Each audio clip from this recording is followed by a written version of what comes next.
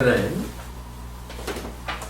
사도행전 20장 20절부터 27절 말씀을 사용하여 고소당한 바울이 자신을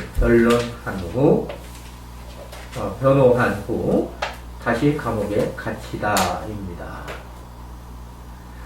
좋은 강서를 준비하는 것이 마치 가족을 위해 음식을 만드는 것과 같습니다.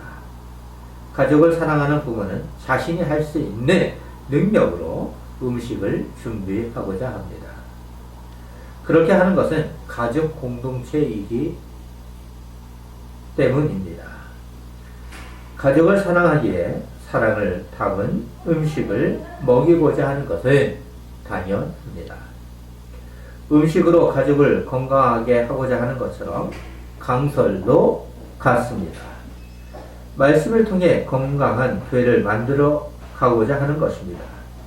건강한 교회를 위한 좋은 강서는 신앙에 유익한 길을 갈 수 있도록 합니다. 강서를 선포하는 말씀 봉사자는 몸에 건강하지 아니하는 조미료, 즉 이단들이 말하는 것이나 세상 사람들이 좋아하는 것들을 사용하지 않습니다.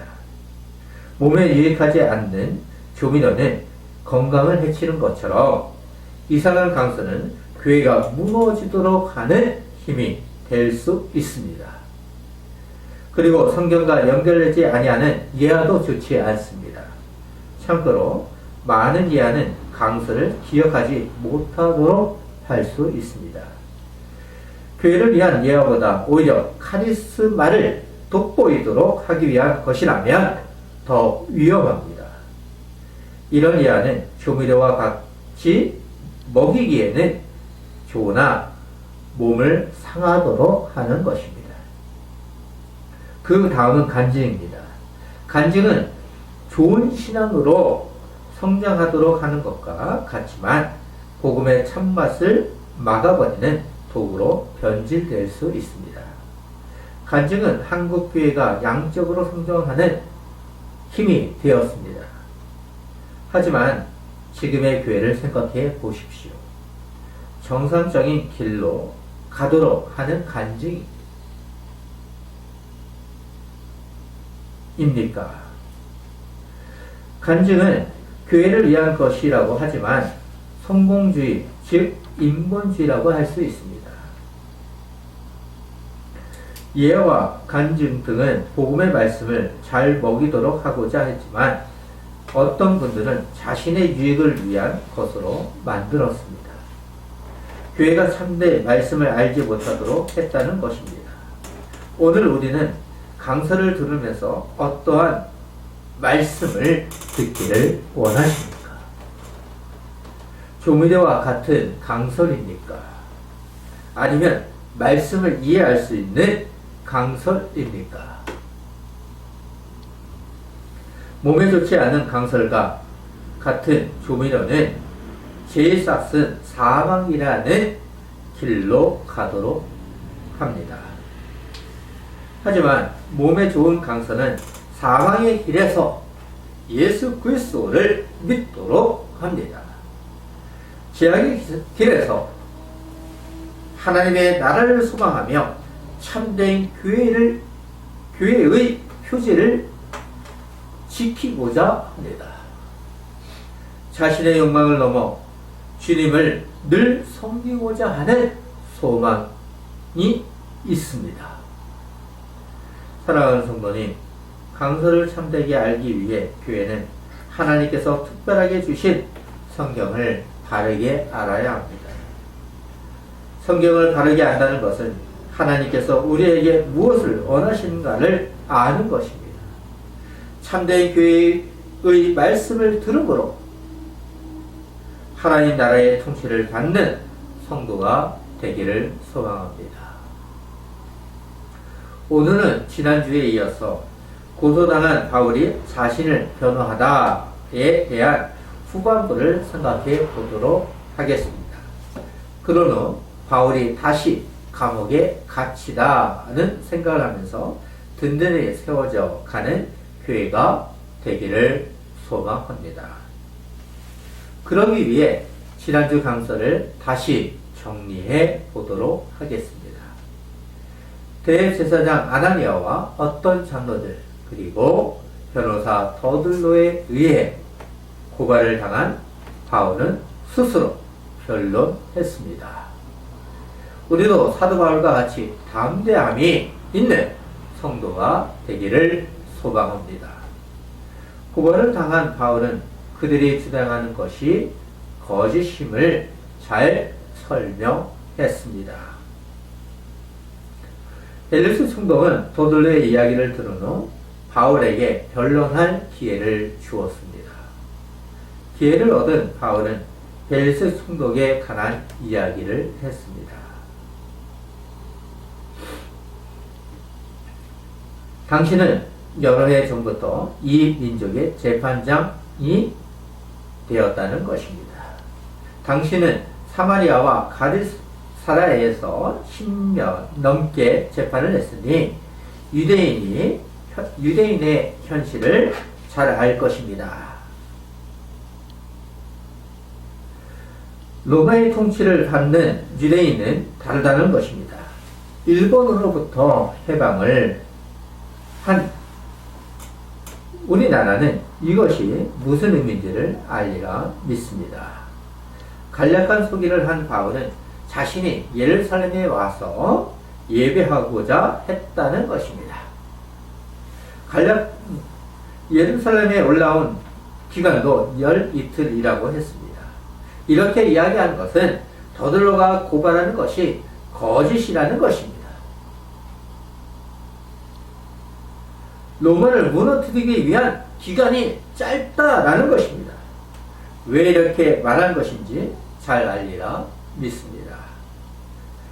기억하지 못하면 홈페이지에 강설이 올려져 있습니다. 바울은 자신이 성전에서 소동이 일어난 적이 없다는 것입니다. 고발자들은 있지만 지금 이 자리에 증인이 없다는 것입니다. 오히려 나는 예루살렘을 위해 이방인들이 준비한 구제할 것과 재물을 전달하고자 왔다는 것입니다. 이 부분은 오늘 말씀을 통해 듣도록 하겠습니다. 벨리스 총독이여, 제가 변호한 것을 깊이 생각해 보십시오. 그들이 고발하는 모든 일에 나는 무죄입니다. 예루살렘으로부터 복음을 전달해 달라는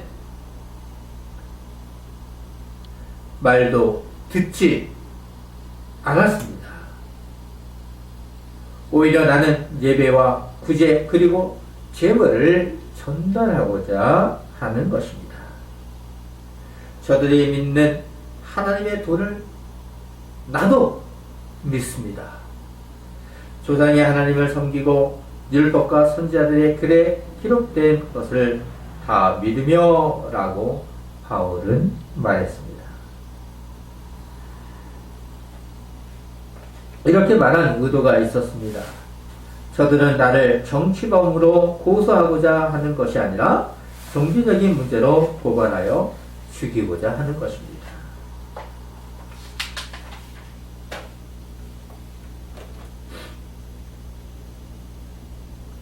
나도 저들처럼 의인과 악인의 부활을 소망을 믿습니다.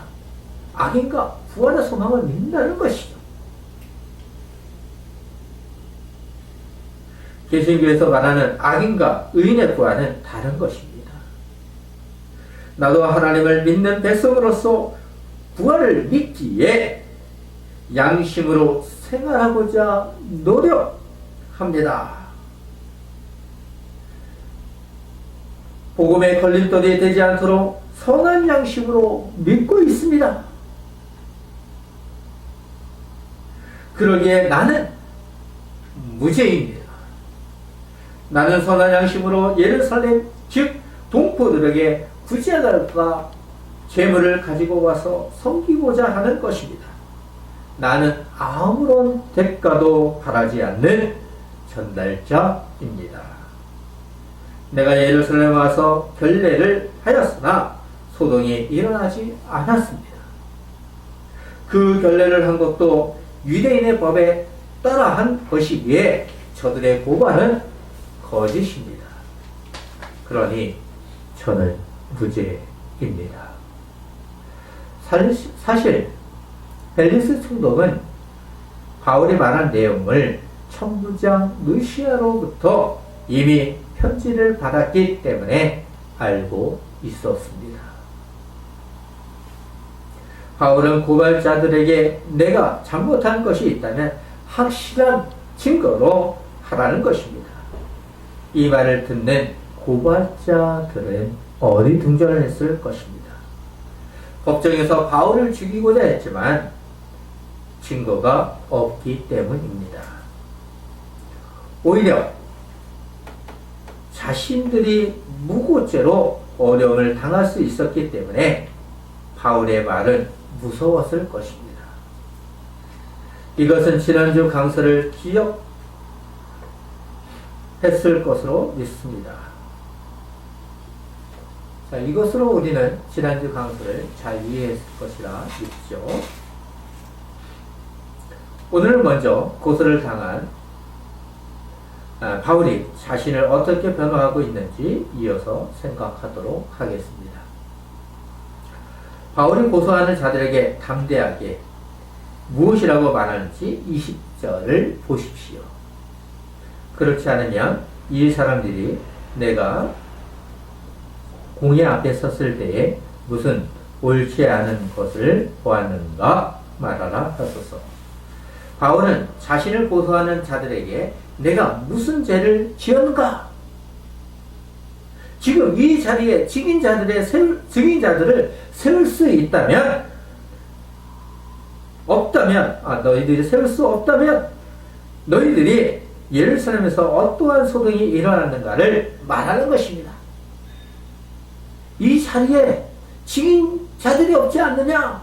증인자들이 없다면 너희들이 예루살렘에서 일어난 사실을 양심으로, 진실로, 거짓없이 말하라.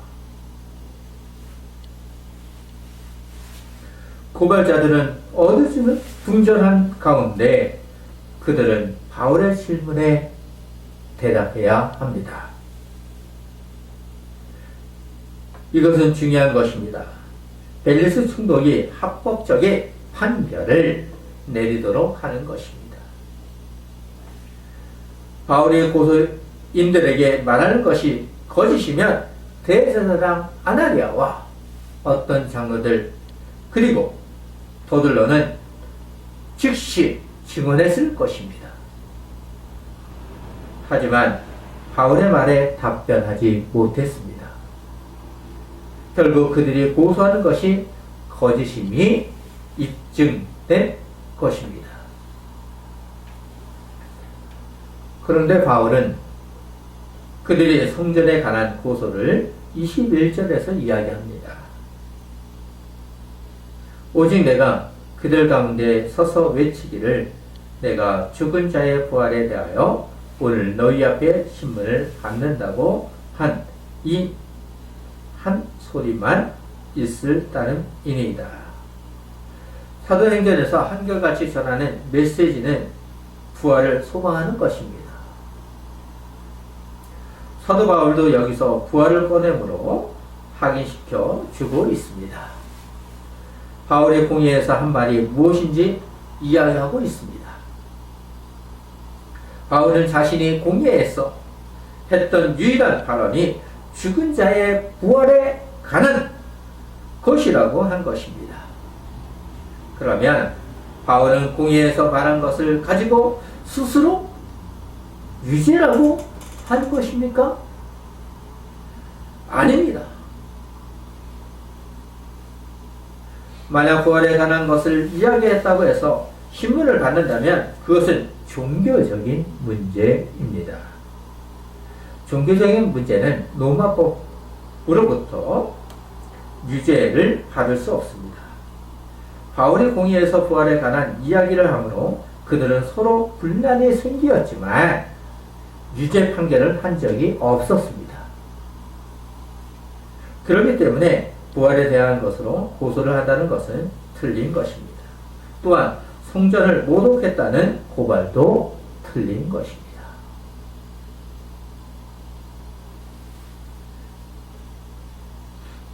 바울의 변론을 들었던 벨리스 총독은 22절에서 판결을 내리기 전 기독교에 대한 논평을 제시합니다.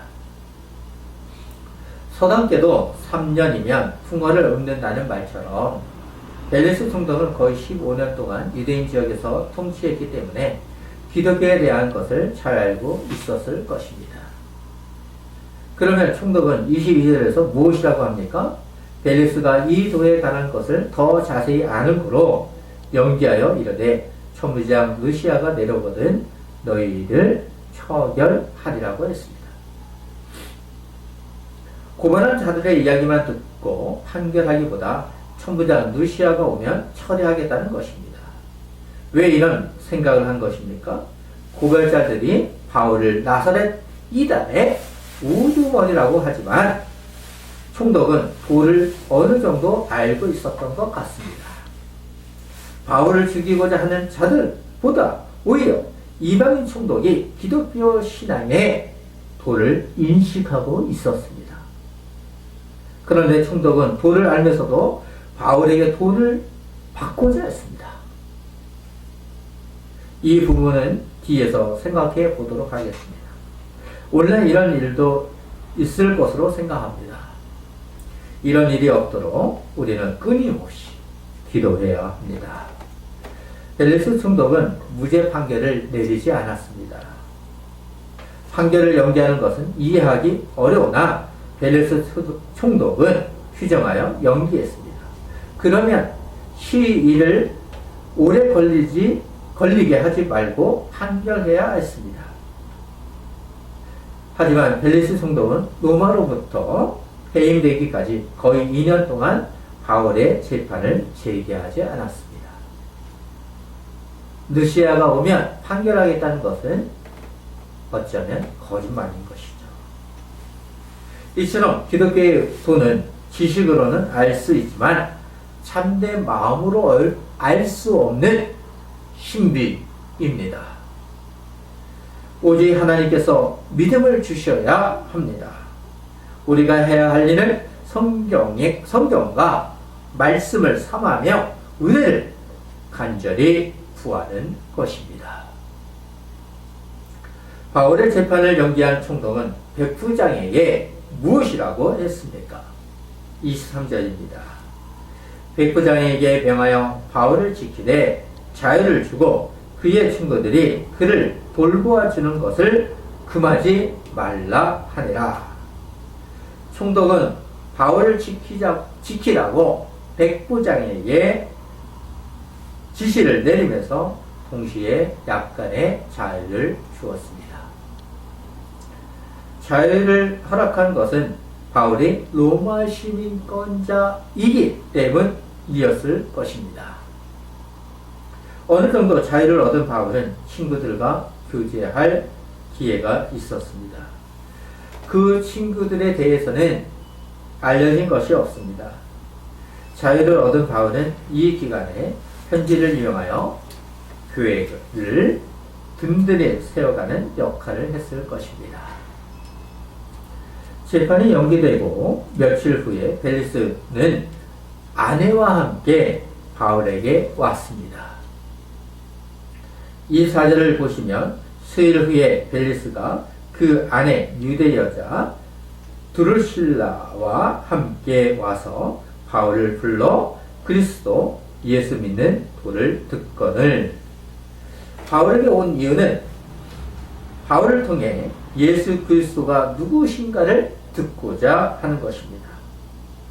바울은 자유로운 몸이었지만 구속되어 있었습니다. 그런 가운데 총독 부부에게 복음을 전할 기회였습니다. 총독의 아내는 드루실라였습니다. 그녀는 헤롯 아그리파 1세의 막내딸이며 아그리파 2세의 누이였습니다. 그러니까 분봉왕이었죠. 분봉왕의 딸인 것이죠. 총독과 결혼을 처음으로 결혼하지 않았던 여인이었습니다. 드루실라는 시리아에 위치한 작은 나라 에메사의 왕과 결혼했습니다. 그들의 결혼은 그리 행복하지 않았습니다. 총독은 그런 사실을 알고 드루실라에게 접근했습니다. 왜냐하면 드루실라의 미모가 예뻤다고 사도행전 25장 23절에서 말합니다. 그의 미모 때문에 총독은 이혼하도록 하고 자신과 결혼하도록 했습니다. 이런 점을 생각하면 성경의 말씀을 참되게 알지 못했습니다. 그러면 왜 바울을 찾아왔을까? 이런 의문은 이렇게 생각할 수 있습니다. 그의 집안 혈통은 유대인이었기 때문입니다. 그래서 드루실라는 어느 정도 메시아에 대한 것을 알고 있었을 것입니다. 유대인이었지만 유대를 버리고 로마의 분봉왕이 된 사람이라는 것이죠. 그래서 총독과 함께 바울이 전하는 도를 알고자 왔을 것입니다. 바울은 기회를 놓치지 않고 그리스도 예수를 전했습니다. 바울이 전한 그리스도 예수가 무엇입니까? 오늘날 신자들이 전해야 할 사명이기도 합니다. 25절을 보십시오. 바울이 의와 절제와 장차 오는 심판을 강론하니 벨리스가 두려워하여 대답하되 지금은 가라. 내가 틈이 있으면 너를 부르리라. 바울은 두려워하지 않았습니다. 담대한 마음으로 바울은 직설적으로 벨리스 부부에게 의와 절제와 장차 오는 심판이었습니다. 이것은 예수 그리스도를 사랑하는 마음으로 복음을 전하는 모범적인 강설이었습니다. 바울의 복음은 늘 한결같이 예수님이었습니다. 유대인이든 이방인에게 복음을 전할 때 예수 그리스도를 믿으라는 것입니다. 부활을 믿지 아니하는 것은 심판이기 때문입니다. 예수 그리스도를 믿기 위해 회개를 촉구했습니다. 바울의 이야기를 들으면서 자신들의 결혼과 삶을 되돌아 보았을 것입니다. 그래서 벨리스는 두려워한 것입니다. 두려움이 있다는 것은 돌이킴이 있어야 합니다. 하지만 그는 그렇게 하지 않았습니다. 바울은 선교지에서 의와 절제를 전함으로 장차 오는 심판을 전했습니다. 바울의 이야기를 듣는 벨리스와 드루실라는 회개해야 합니다. 복음을 듣고도 기회를 놓친 것입니다. 이런 기회가 어디 있겠습니까? 이처럼 복음은 들을 귀 있는 자가 들어야 합니다. 우리는 들을 귀 있는 자입니까? 벨리스가 두려워한다는 언어 의미는 이렇습니다. 예상 외의 엄청난 사건에 대해 두려움과 공포의 반응을 묘사한 것입니다. 그래서 바울의 이야기를 끝까지 듣지 못한 것입니다. 두려움을 이기지 못하는 것은 회개할 기회가 사라지는 것입니다. 회개할 기회는 말씀을 계속 듣는 것입니다. 그럴 때 나의 심정이 변화되어 하나님께 기도하며 돌이키는 것입니다. 그 마음을 아시는 하나님께서는 회개할 수 있는 심정이 되도록 하심으로 사람은 돌이키는 것입니다. 이처럼 회개는 사람이 하는 것처럼 보일 수 있으나 결정적인 것은 하나님께서 하시는 것입니다. 총독 부부에게 복음을 전하는 바울에게 이런 생각을 할 수 있습니다.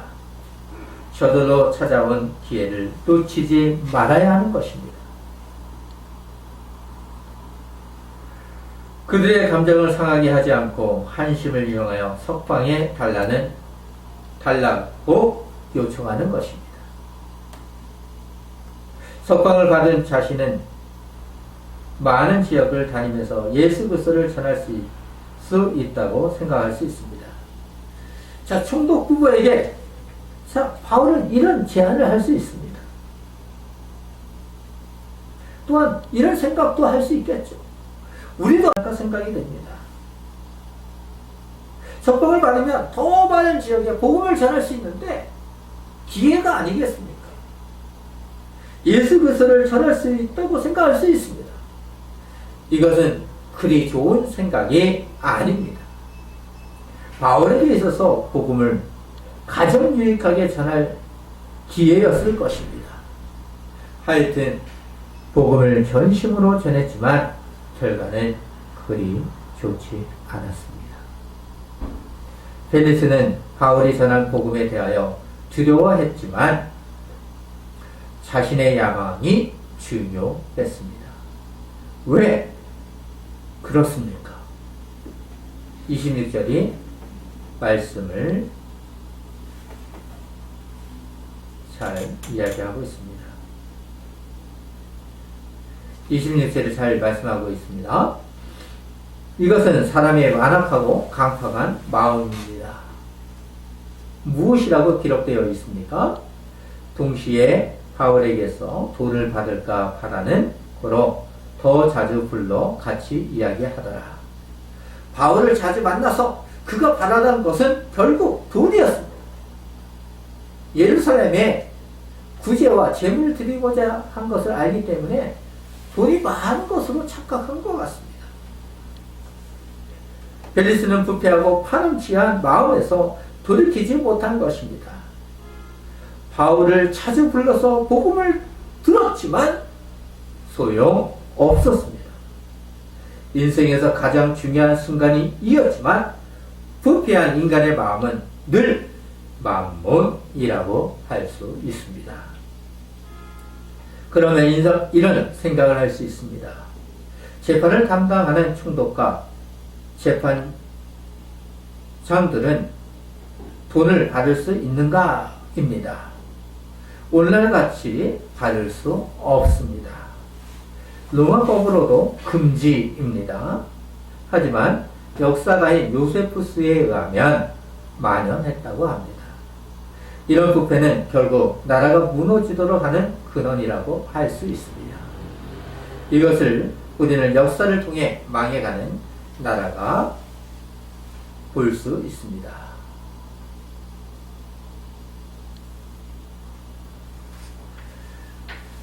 벨리스 총독은 바울이 무죄하다는 것을 알고 있었습니다. 바울의 변론을 잘 알고 있는 총독은 유대인들의 한심을 사기 위해 거의 2년 동안 구류했습니다. 그가 재임하는 동안 바울을 석방하지 않았습니다. 27절을 보십시오. 이태가 지난 후 고르기오 베스도가 벨리스의 소임을 이어받았으니 벨리스가 유대인의 마음을 얻고자 하여 바울을 구류하여 주니라. 바울을 구금하고 있는 기간이 2년 정도라는 것입니다. 그것을 이태가 지난 후라고 번역했습니다. 그러면 벨리스가 바울을 석방한 것입니까? 아니었습니다. 벨리스는 가이사랴에서 벌어진 유대인과 이방인 사이의 분쟁을 제대로 해결하지 못한 이유로 로마로부터 해임되었습니다. 이 또한 하나님께서 섭리로 바울을 이끌어 가시는 것입니다. 로마의 복음이 전해지도록 하므로 온누리에 예수 그리스도가 누구신가를 알도록 하는 것입니다. 우리는 벨리스와 같은 마음을 품어서는 안 됩니다. 왜라고 각자 질문해야 합니다. 그것은 예수 그리스도를 믿는 것이 아닙니다. 우리는 벨리스와 같은 마음입니까? 나라면 어떻게 판결을 하겠습니까? 벨리스는 참으로 곤욕스러웠을 것 같기도 합니다. 벨리스는 바울을 석방하면 유대인의 비난과 반감을 일으키리라 판단했습니다. 그래서 2년 동안 계속 바울을 구금시켜 두었으리라 짐작됩니다. 자신의 권력이 중요하기에 권력과 나온 비열한 모습입니다. 고발자들에게 유리한 판결을 내리면 로마 시민권자인 바울에게 내린 판결은 로마로부터 책임 충응을 당할 수 있었습니다. 어떻게 보면 진퇴양난이라고 할 수 있습니다. 이럴 때 우리가 선택할 수 있는 길은 진실입니다. 판결을 진실하게 함으로 자유로움을 누려야 합니다. 마음을 속이는 것은 당장 이롭지만 편안한 삶을 누릴 수 없습니다. 바울은 때를 얻든지 뭘 얻든지 관심은 오직 예수 그리스도가 누구신가를 전하는 것이었습니다. 구금되어 있더라도 그에게 중요한 것은 복음이었습니다. 오늘날 우리에게 중요한 것입니다. 복음을 들을 때 양심의 가책을 느껴야 합니다. 그럴 때 소망이 있습니다. 소망이라는 것은 기회입니다. 기회를 놓치지 마십시오. 하나님께서 돌이킬 수 있는 마음의 소리를, 하나님께서 주시는 마음의 소리를 들어야 합니다.